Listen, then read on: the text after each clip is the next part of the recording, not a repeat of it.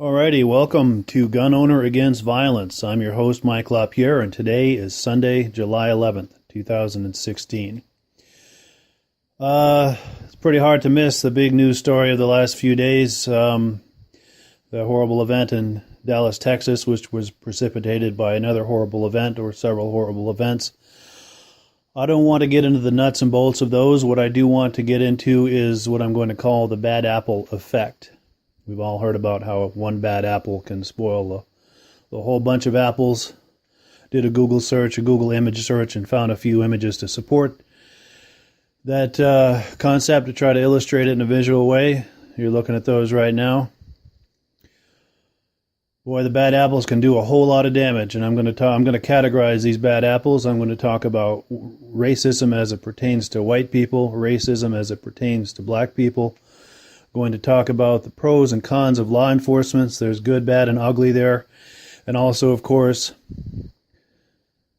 my passionate issue, lawful gun owners, and how, one idiot can go out and do something really stupid, and now people are blaming it on all the lawful gun owners. So bad apples are wrecking it for everybody all around. So where do we start? Let's start with racism as it pertains to white people. Does it exist? Of course it exists. Now, I'm a white person. I can't say I understand what it's like to be a black person and what they experience and what things are like for them. But even as a white person, I've experienced it.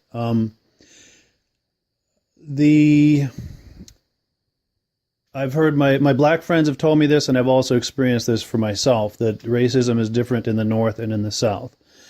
Now, I'm not going to bash on Southerners. I have a lot of good Southern friends that I love, and I love the South, and I love Southerners, but racism is different in the South than it is in the North, and that's what my black friends tell me as well.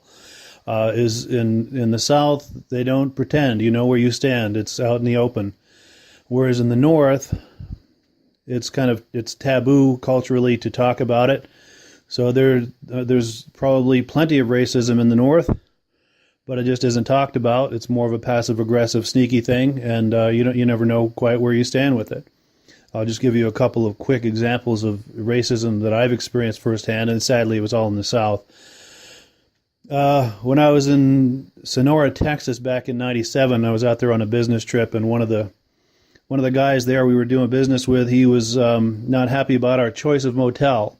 It was a motel that was owned by a family from India, and he was not happy that we chose a motel that wasn't owned by white people. And I was pretty taken aback by that. In the North, you don't hear that kind of talk. People may very well think that sort of thing, but it certainly isn't coming out of people's mouths. Also, in the late 90s, spent some time in Georgia and Alabama. I saw white people just being openly hostile toward black cashiers at stores. That was new to me as well. You don't see that in the North, or at least I never have. And again, it's like I said, people may be thinking those things, but in the North, they're not acting out on it. And I was next in line, and I told the cashier, we're not all like that. And she said, I know. I said, don't give up on us. And she said, I won't. Because, boy, when one group gives up on another group, whether it's individually or collectively, there's nothing good that comes from that. And there's good people in every group, and there's sadly a handful of bad assholes in every group that make it hard for the rest. They really do a lot of damage. And then the other instance I experienced was at restaurants in the South. I went into a little place to have breakfast. In Alabama, I think it was 1996, it was an L-shaped dining room. All the white people are on one side, all the black people are on the other, clearly by design. And you don't see that sort of thing in the North either. But like I said, it's not that it doesn't exist. It's just people bite their tongues. It's not culturally acceptable. So does racism exist? Of course. Have we come a long way with racism? Of course. From what I can tell, it's gotten a lot better. There's a whole lot of people that care about it, and a whole lot of people who worked really hard to try to correct that. But it's something that will probably always exist and probably never go away. And one encounter with a white basshole or white asshole, bigoted asshole, racist asshole, can really do a lot of damage to a black person's perception of that person, of course, but also of white people. So, one bad apple can do a whole lot of damage. So let's talk about racism as it pertains to the black community. Can't talk about racism without talking about a shameful period of our history. That would be slavery.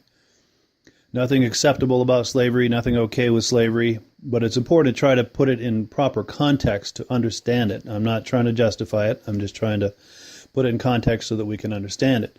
Now, 150, 200 years ago, things were very different than they are today. Slavery was something that was common in the world. It's not really common today, so it's hard for us to wrap our minds around that context. Historians try to paint that the South was bad and the North was good, when it was plenty of good and bad on both sides.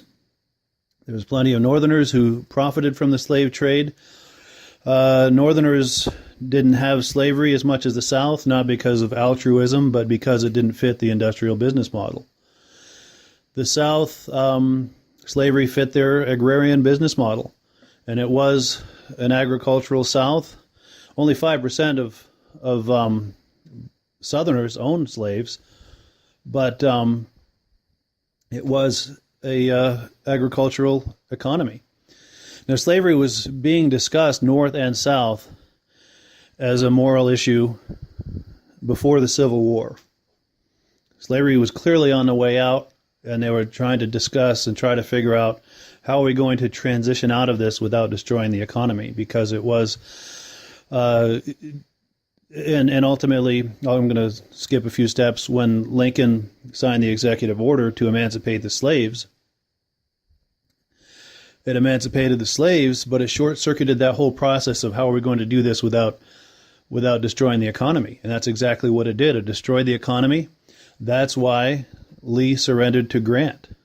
Once the slaves had been emancipated in the eyes of the European financiers, this was now a war about slavery, no longer about states' rights or tariffs or any of the things that were originally the catalyst for the war.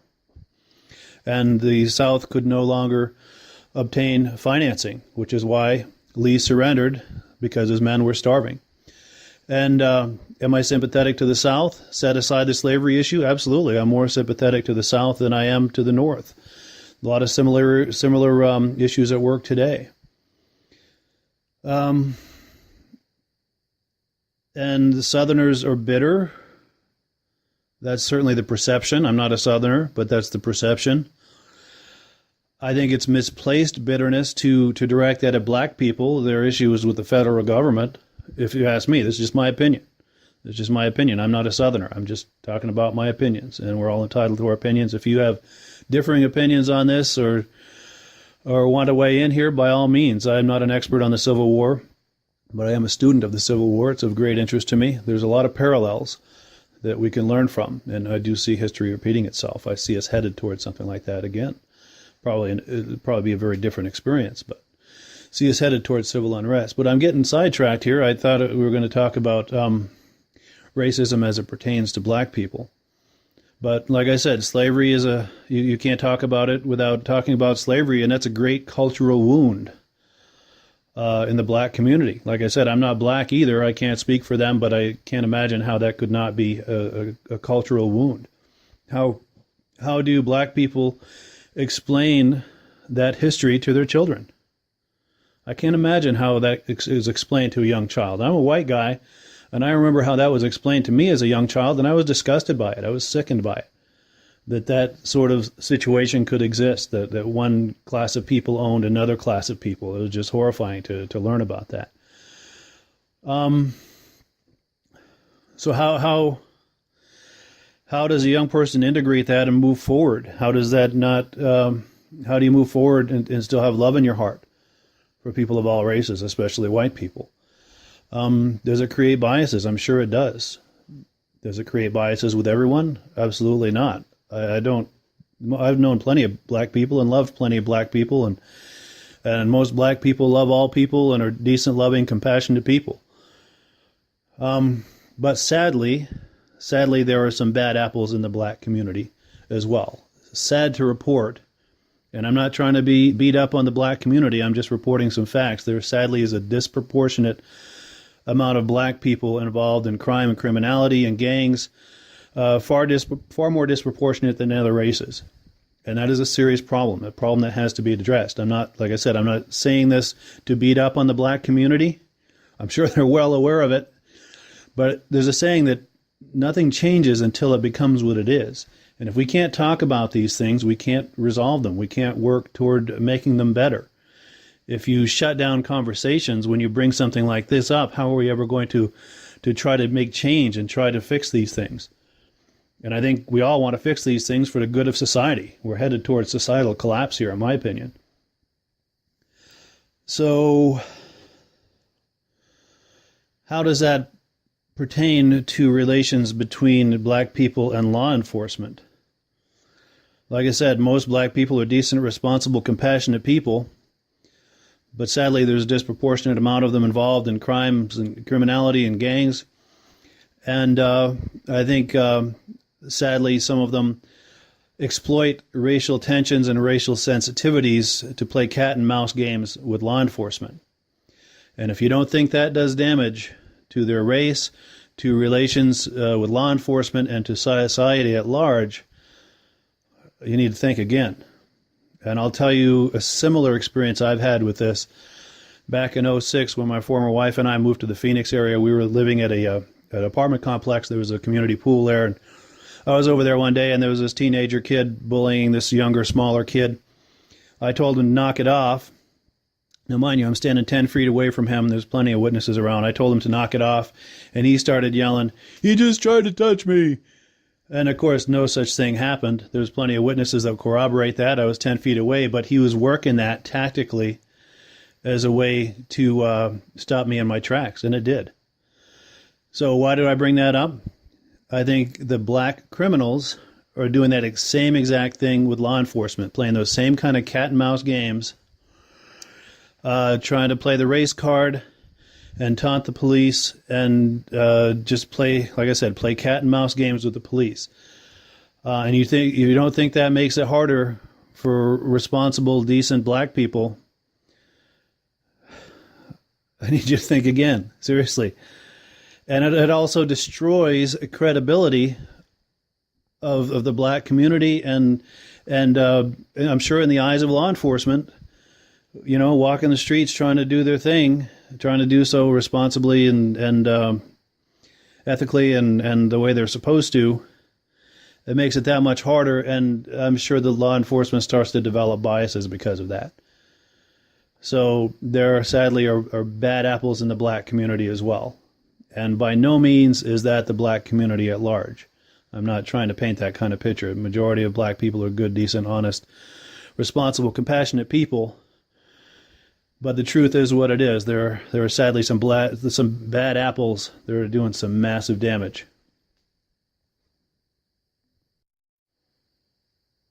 So let's talk about law enforcement, bad apples in law enforcement. Now, for the most part, I'm on the side of law enforcement, but there are certainly problems. So let's talk about the good side. My father was in law enforcement. He's a retired U.S. Customs officer. And I've talked about this on previous videos. When I was a kid, he was a very social guy. So he had a lot of friends over, and he would go to a lot of friends' houses. And of course, a lot of them had kids our age, and we became friendly with them. And we'd have sleepovers at those kids' houses, and those kids would have sleepovers at our houses. And so I'm very familiar with law enforcement and law enforcement families and just all of that. And by and large, I think the people in law enforcement are good, decent people. There are also a lot of psychopaths in law enforcement who are in it for the power trip and the bullying, and who are just prancing around out there drunk with power, enjoy pushing people around.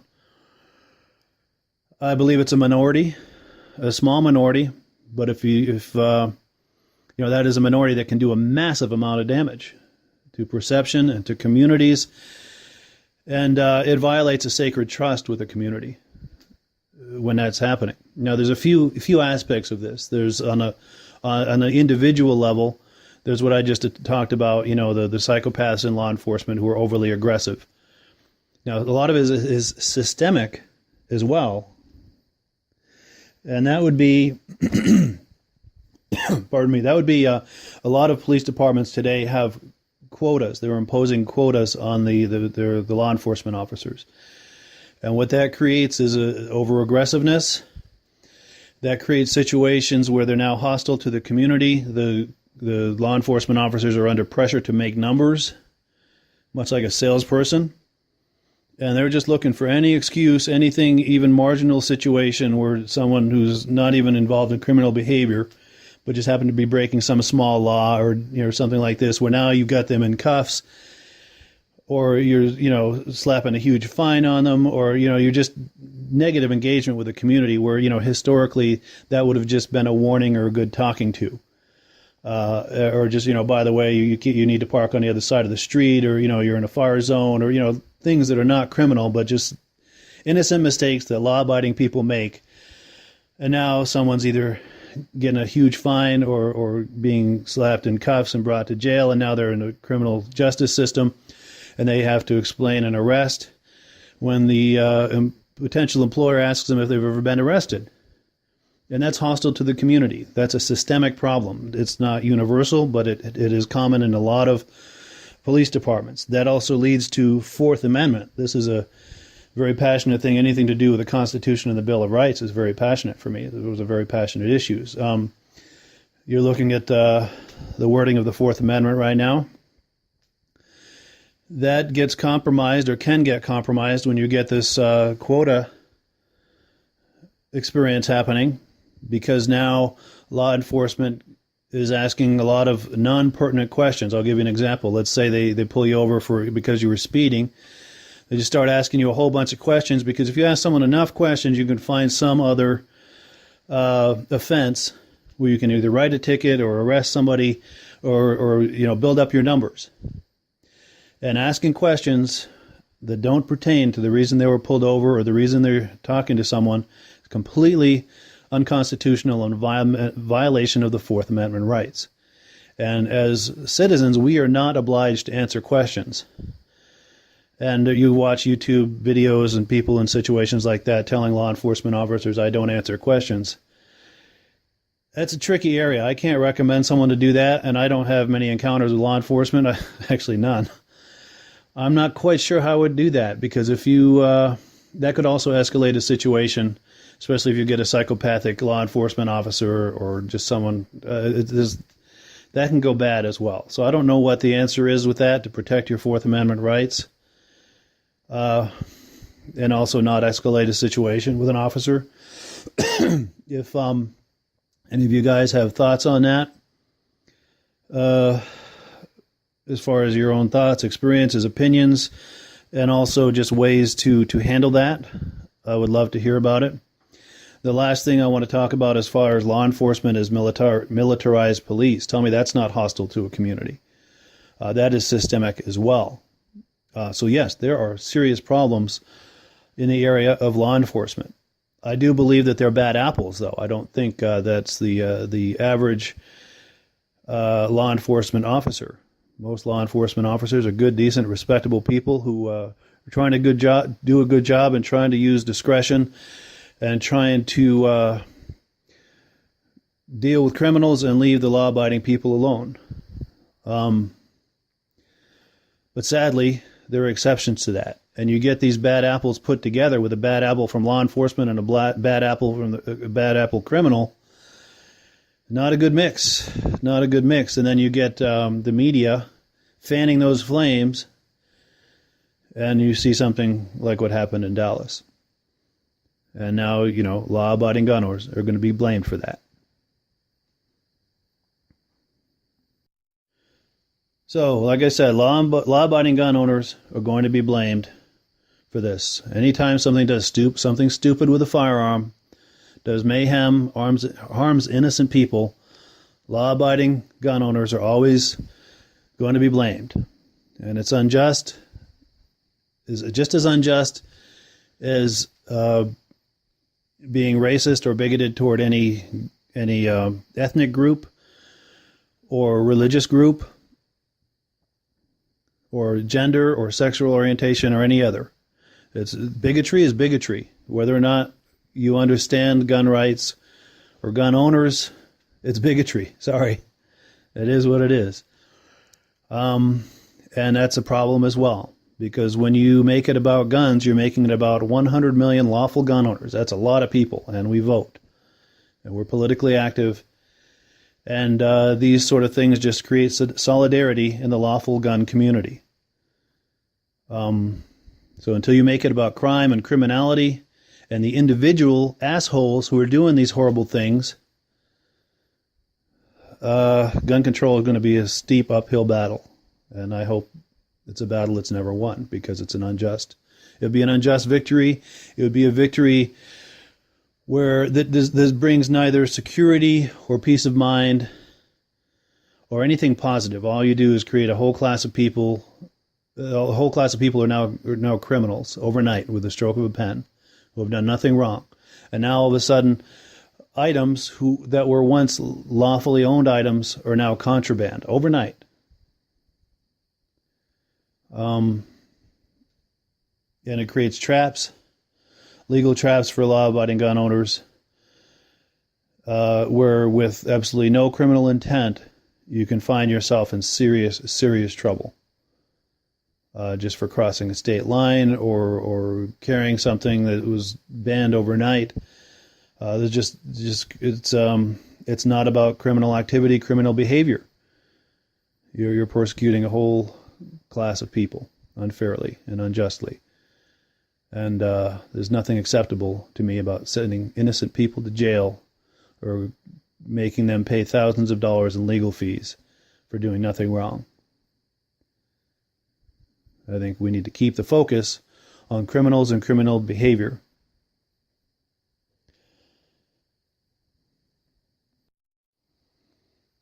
Now, all of this hysteria, trying to make this about lawful gun owners and trying to throw dirt on the concept of gun rights, I think is misguided. And I'll tell you why. These heinous things that we're seeing, whether it's mass shootings at nightclubs or attacks on law enforcement, these things only show us that there are dangerous people out there, and all the more reason for law-abiding people to have firearms to defend themselves, to defend their homes, to defend their loved ones, to defend themselves walking down the street. I wish I didn't see this, but I see, sadly, civil unrest on our horizon. And that's a scary, dangerous, pathetic, and disturbing prospect. I hope I'm wrong. I really hope I'm wrong. I hope it doesn't come to that. But if it does come to that, that also makes a strong case for gun rights. Because any of us who are out in public, minding our own business, behaving in a lawful manner, have a right to defend ourselves from anyone who would attack us, whether it's just someone wanting to rob or rape, or whether it's about your race, your religion, your gender, your sexual orientation, or any other thing that someone would want to single you out for and give you a hard time and put you in immediate physical danger. We all have a right to defend ourselves in that situation. And I see that getting worse, not getting better. I wish I was wrong. I hope I'm wrong. But I'm concerned about where we're all headed with this. And if we're truly interested in safety, public safety, safety of innocent people, gun rights need to be a top priority. If we're concerned about crime and criminality and violence and mass shootings and people who victimize innocent people, that's where we need to put the focus, on people who do that, not innocent people. That's just a crazy priority. I understand why people do the math and come with that equation. People who've probably never been around guns and see that as a no consequence to doing any kind of gun control, whatever the proposals are. Why don't they want to just do something? It doesn't matter if it'll help or if it'll work. and they feel that there's no consequence to that, no collateral damage. Well, there's massive collateral damage to that. And if one person, they say, well, if one life is saved, it's worth it. Well, it's probably not going to save one life. But, and even if it does, what about the millions of lives who were ruined by putting innocent people in jail and getting innocent people mixed up in these crazy situations where it's costing them thousands and thousands of dollars in legal fees to get it straightened out? One instance of that is not worth it. There's just too much collateral damage. And one of the things I've touched on in the past, if you think it's possible to make guns go away on a wholesale level, it's not possible. I've talked about this in the past. You and I may not be a fabricator, a metal fabricator, but even the most primitive metal fabricator can make a primitive firearm. Also, primitive firearms, crude primitive firearms, have been manufactured in prisons with limited, what a controlled environment that is. So if someone can make a crude firearm in prison, good luck ridding society of firearms. If you think you can change the fact that criminals are always going to want firearms, that's never going to happen either. And even if it were possible for that to happen, criminals are still criminals. They're still going to find ways to take advantage of people or hurt people and victimize people. So as long as that's the case, law-abiding people, potential victims, have a right to defend themselves from anyone who would do them harm. So I'm sorry if you have an irrational fear of firearms, but I would ask you to try to address that and learn more about that. What does that mean? What's the difference between a lawful gun owner and a criminal who criminally misuses firearms? There's a massive difference there. It's important to know that difference. And I will concede the media has done a poor job of portraying lawful gun owners. It's rare to see lawful gun owners in movies. You either see cops or you see criminals. There's no law-abiding gun owner who goes target shooting or hunting or who carries lawfully to protect themselves. You don't see depictions of that in movies and TV, nor do you see it in the news. So for the folks who've never been around firearms, I understand why that's a mystery. I understand why that's confusing. But if you're one of those folks, I would ask you to try to learn more about it. Try to find lawful gun owners and engage with them and ask them what that's about. If you can do that in a way that's not judgmental or condescending, with genuine interest, genuine curiosity, most of us will be happy to try to explain that for you. Maybe even take you to the range, do a little target shooting and see what it's like, see how much fun it is. Target shooting is incredibly fun and incredibly safe. And it's a wholesome family activity. I've been doing it with my family since I was a child. We used to all go to the range, the four of us, and do some target shooting together. It was an awful lot of fun and a great way for a family to bond. And it's very safe and very fun. It's a great activity. So I think I'll end it there. Try to end it on a positive note. These are some horrifying situations we're finding ourselves in here in society. I don't know that it's going to get better before it gets worse. I hope I'm wrong. But let me know what you're thinking about this. If you agree, disagree, if this resonates, doesn't resonate, I'd love to hear from you. Thanks for checking this out. Have a great day.